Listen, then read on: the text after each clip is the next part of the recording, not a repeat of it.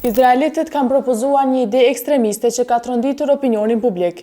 Bëhet fjalë për ndërtimin e një qendre paraburgimi për të burgosurit palestinez, e cila supozohet të rrethohet me krokodil, me qëllim parandalimin e tentativave për arratisje. Ideja është propozuar nga ministri izraelit i sigurisë kombëtare nga e djatha ekstremiste, Itamar Ben-Gvir, dhe sipas mediave lokale, ideja po shqyrtohet nga shërbimi i burgjeve të Izraelit. Sipas raportimeve, qendra e propozuar do të jetë pozicionuar pranë zonës Hamad Gadar, në veri të Izraelit, afër lartësive të pushtuara siriane të Golanit dhe kufirit me Jordanin, dhe e njëjta përfshin një film krokodillesh dhe një kopsh zoologjik. Propozimi erdhi me një kohë kur pritet që Kneseti i Izraelit të votojë një projekt ligj të paraqitur nga Ben-Gvir, që parashikon ekzekutimin e të burgosurve palestinez. Aktualisht Izraeli mban mbi 9300 të burgosur palestinez, përfshirë aty fëmijë e gra, e ku shumë prej tyre kanë vdekur për shkak të torturave, urisë dhe neglizhencës mjekësore.